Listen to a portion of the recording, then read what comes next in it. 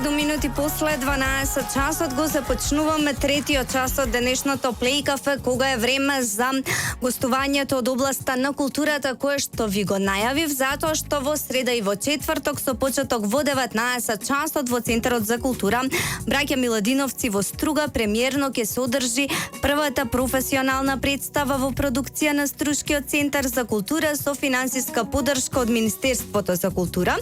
Оваа монодрама е по текст на стружанецот Димитрije Дурацовски, наш многу познат автор, односно е инспирирана од неговиот познат роман Инсомнија во режија на Мирослав Петковиќ, ќе игра Александра Пешевска, драматургијата е на Јаков Поповски, Ѓорги Крстевски и Ненад Јолдески, а со нас е режисерот на представата Мирослав Петковиќ. Мирослав, најпрво ви благодарам што најдовте време да бидете дел од оваа емисија, со оглед на тоа дека верувам дека сега сте во екот и на пробите и на подготовките, но најпрво да позборуваме за самиот роман Инсомнија, затоа што секако имаме дел од слушателите кои што немале можност да ја прочитаат и има дел кои што се свесни за тежината на ова дело. А вие го претворивте во монодрама. Први добар ден и благодарам на поканата. За романот Инсомнија има многу што да се каже. Најпрви можеби би требало да кажам зашто ме инспирираше мене и од каде тој потек јас да баш ова дело да земеме и да го драматизирам и да го поставиме на сцена. Највпечатливо во овој роман во почетокот на читањето ми беше мислата на Димитрije Дурацовски. Мислам дека во еден момент дали Јаков Поповски или Ненад Јолдески ја дефинираше како надреална мисла. Таа мисла на Дурацовски со која ја опишува Струга и секојдневните работи во Струга и ме завлече да го дочитам романот и да продолжам да го читам. И во романот најдов на инсомнијата, односно најдов на несоницата на Дурацовски изразена преку неговата мисла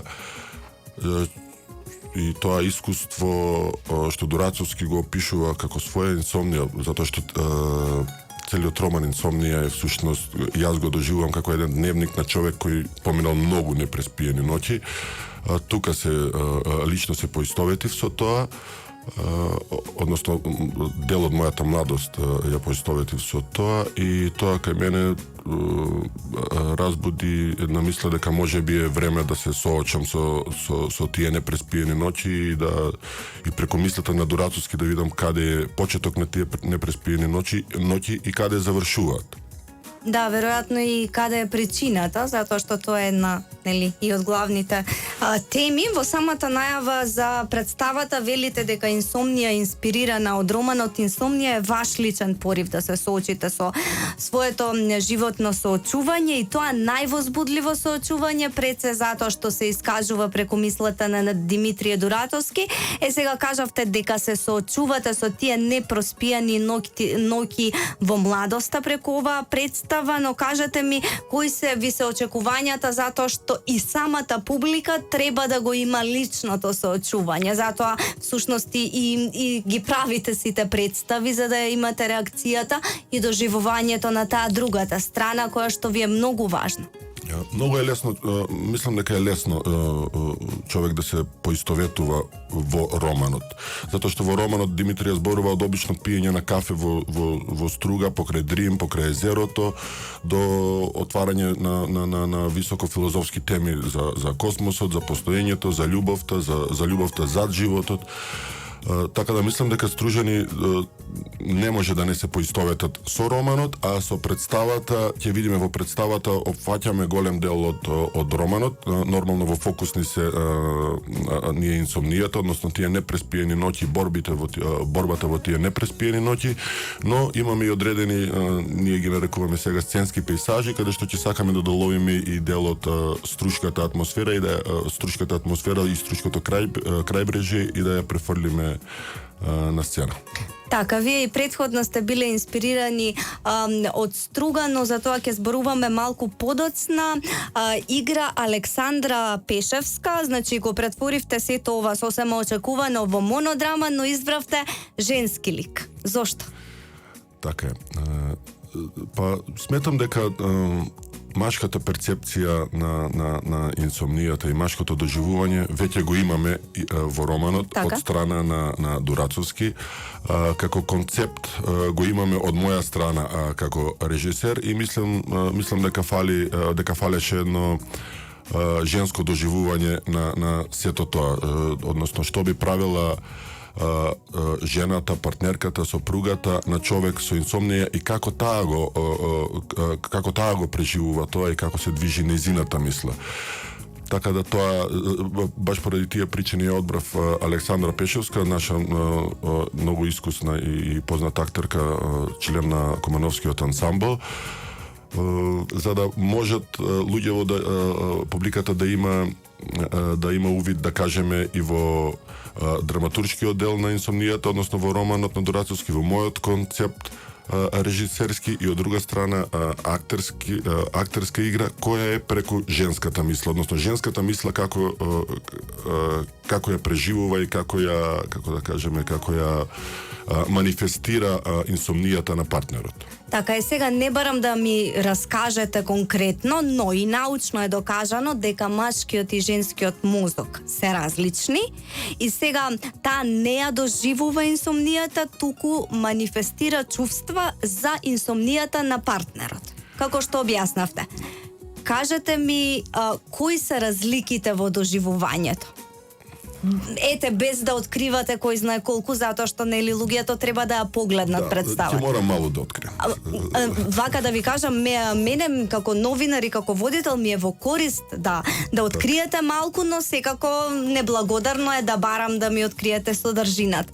Така. Да кажеме наедноставно,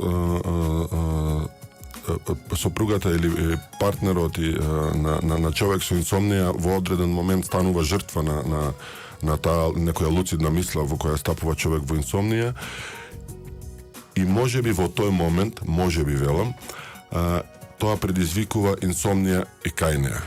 И од тука ќе ја гледаме можеби инсомнијата и на жената предизвикана од инсомнијата на партнерот. Тука има трансфер. Има. Така, ќе биде навистина интересна представа и не се сомневам со самото тоа што сте го одбрале токму ова дело. Сега да позборуваме за вашата поврзаност со Струга. Вие ја режиравте представата Петар Пан големата битка и Струга навистина многу успешно ја претворивте во еден театар на отворено. Имаше 6 репризи по барање на публиката, затоа што знаете како, освен самата представа имав можност да видам дечиња кои што излегуваат после представа и такво воодушевување не сум видела одамна во градов. Да, баш ова што го споменавте како последно е нешто што ме радува, нешто што не очекував дека толку ќе биде, како се изразил модерно, вирално помеѓу дечињата, затоа што често после представите знаевме да седнеме на крајбрежјето да пиеме кафе и да слушам дечиња како одат по кеот или по крајбрежјето и пеат песни од Петар Пан, што ми е моје прво искуство како режисер, толку тоа да биде познато помеѓу одредена целна група, односно дечиња во овој момент. Како е одбрав Струга? Струга ме одбра мене, да кажеме така сега. Може би е најклише, но тоа е... Не е клише, многу убаво. Да, тоа е вистинското. Кога дојдов во Струга, први сакав да... Ја знам Струга, јас од дете, сум пораснал во Аскампот, Струшкиот Аскамп, но подоцна имам голема пауза како не сум доаѓал, може би 20 на години. Пред 5-6 години се појавувам во Струга и од тука почнува некоја моја средба, тука почнува некоја моја љубов. И почнувам Струга да ја доживувам многу поинаку и да ја запознавам многу поинаку со тоа што почнувам да одам по културни настани колку толку што ги има во летниот период. И како човек од култура првин се запрашав дали Струга има театар. Така. Дознав дека нема, но дознав дека и нема до сега театарска продукција професионална. Така. Знам дека постои драмско студио на Миладин, но не и бев во шок затоа што нема до сега професионална продукција и рековме ајде ќе аплицираме, дојде таа идеја некако во екипа, никогаш не ги носам одлуките сам. Да аплицираме за представа. Аплициравме за представа, но Петар Пан беше како да кажеме, и тест и за мене, и за Стружани, да видиме дали тоа може да успее, затоа што тоа беше независна иницијатива, се собравме луѓе од културата, ентузијасти, да видиме, да направиме нешто за деца и младина, дали ќе покажат интерес во тој летен период, кога има, да кажеме, луѓе во Струга. Представата излезе како што излезе, си го доживеа она што требаше да го доживее. Според моето мислење, вистинската целна група ја погодивме, вистинската целна група ја погледна представата и се надевам дека наредна година ќе продолжиме таа Петар Пан, мислам не да ја продолжиме, ќе продолжиме со изведбите и имаме и нешто ново во план исто така за децата и младинци, но за тоа можеби некој друг пат ќе поразговараме. Така, знаете како има еден менталитет што дел ми се допаѓа, дел не, затоа што многумина зборуваат во Струга дека треба да има повеќе култура, а се случува понекогаш и тогаш кога ја има да не се појават, а од друга страна да се токму заради тоа Петар Пан, мислам дека доаѓајќи без разлика што ја познавате Струга, доаѓајќи од Скопје и од Куманово, не сте свесни многу за успехот кој што го постигнавте, затоа што таков интерес јас не сум видела до сега, како што беше Петар Пан и реакциите исто така. Велите дека ќе има и нешто ново, исто е поврзано со Струга, некако претпоставувам и режисерски, и актерски, сега си ја истражувате и ја доживувате и еве ги реализациите. Да кажеме сега, Струга го разбуди кај мене тој режисерски момент и повеќе да режисерски ја гледам Струга и гледам каде се може да се направи театар, односно каде се може да се направи представа. Се согласувам со вас дека малку таа и некоја инерција ги влече стружаниве да излезат, да посетат културен настан и поради тоа можеби беше првата представа за деца и младинци, затоа што дете кога ќе почне да влече за ракав, дете влече за ракав и ќе мора да излезат и да посетат настан. Да, ама и возрастните навистина беа задоволни со кои што разговарав после представите. Сега најде да позборуваме за публиката, затоа што имате една така карактеристична и верувам идеја со цел да има само 35 до 40 луѓе. Ми споменавте пред разговоров и бројот на билети со самото тоа е ограничен. Зошто е така и која е улогата на публиката тука, освен самото доживување на содржината? Па за разлика од Петар Пан, каде што може би идевме на некоја посигурна варијанта, односно идевме како целна група деца и младинци и исто така не класична постановка во природа, како фасцинација како еден продукцијски момент, тука одбаравме малку покритична и како да кажам поризична всушност идеја, а тоа е да работиме имерсив театар. Тоа е некоја најнова форма на театар каде што публиката со актерите одбира кој актер, кога би имало повеќе актери, сега ова е монодрама, имаме една актерка, одбира кој актер ќе го следи и ја доживува представата преку неговите очи.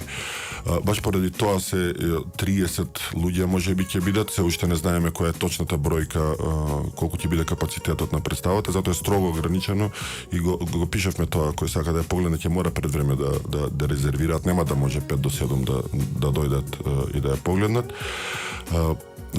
Да се завратам на представата, таа е имерсив и се одвива на самата сцена на неколку локации.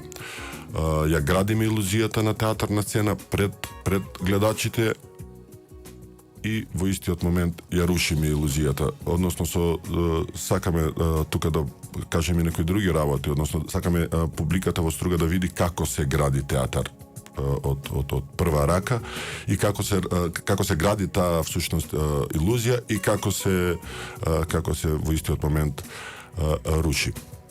Навистина е многу убаво што не ја комерцијализирате представава, туку ја правите за избраници, како што рековте дека Струга ве одбра вас. Затоа ви реков дека е тоа многу интересно и баш воопшто не е клише. Она што ме интересира за вас лично во професионална смисла, многу ми е интересно тоа што сте и режисер и актер и истото го имате и едното и другото студирано, режисер постдипломски, актер на во самото студирање, каде се пронаоѓате повеќе и дали има судири? се пронаоѓам секаде. Мислам, како актер повеќе се пронаоѓам во Кумановскиот театар, нормално кога имам можност да се пронајдам. Како режисер, искрено не сакам многу по институции. Така? Да работам, затоа што таму веќе има некои борби, има некои луѓе кои барат некои нивни места и нивни цели. Мене ми се најинтересни алтернативни простори, мене ми се интересна ми е природата. Па ниту една уметничка душа не сака по институции, сите сакаат вака како што викате вие. Се надевам дека е така. Ама не, тие другите што сакаат по институции, тие одамна излегле од уметност. Да, така. Барем е тоа мое мислење. Со тоа се согласувам во потполност. Така да, судир помеѓу актерството и режијата постои во момент кога, например, ќе сум пред актерски предизвик, често знаат да ме искараат, ајде сега не режирај, односно да се разбуди режисерот во мене, додека режирам, кога ќе почнам да форшпилувам, што викаме ние на сцена, да им играм на актерите, ќе ми кажат, ајде не глуби. Тие некои два момента уште сум неискусени, не знам како едното да го смирам за интерес на другото и обратно. Но се надевам дека со текот на времето тоа само ќе дојде, дека никој нема да ме истепа, например. Не, нема да ве истепаат сигурно, него можеби тој судир условно кажано може вас да ви направи во еден момент да се прашате, чекај, а што сум јас сега во моментов, затоа што еве јасно знаете, јасно кажавте свесно или несвесно, струга ја гледам режисерски. Да. Така што сите пориви и актерски и режисерски ќе ви се појавуваат веројатно природно и ќе ги одделите. Во секој случај многу ви благодарам за разговоров. Знаев дека ќе биде од прилика ваков затоа што кога сте имале таква идеја, сте го одбрале баш ова дело, ќе ми биде навистина многу драго и некако новинар туку лично како човек да ја погледнам представата и верувам дека ќе имаме уште многу причини да ни бидете повторно гостин затоа што ни е многу драго и чест што Струга вие еве инспирација за твораштво. Ви благодарам и би сакал стружани да ги поканам на представата, би сакал да ја поддржат уметноста затоа што нивниот интерес кон културата и уметноста е, како да кажеме, повик за нас, културните работници, да ствараме култура и уметност. Нели? Први мора да имате 100 коли за да изградите автопат, не градите автопат без коли. Така да нивниот интерес е пресуден за културниот живот во Струга. Така, културниот живот треба навистина да ни биде прв, затоа што во еден систем, не само во Струга, воопшто, кога се поместија сите вредности, мора да ги вратиме тие вистинските и ви благодариме што се трудите да го направите. Тоа повторуваме уште еднаш во среда и четврток, 19 часот, Центар за култура Браќа Миладиновци. Ве молам сите вие кои што сакате да ја доживеете и да ја погледнете представата Инсомнија, да си набавите билети на време. Продолжуваме со Плей Кафе на Плей ФМ.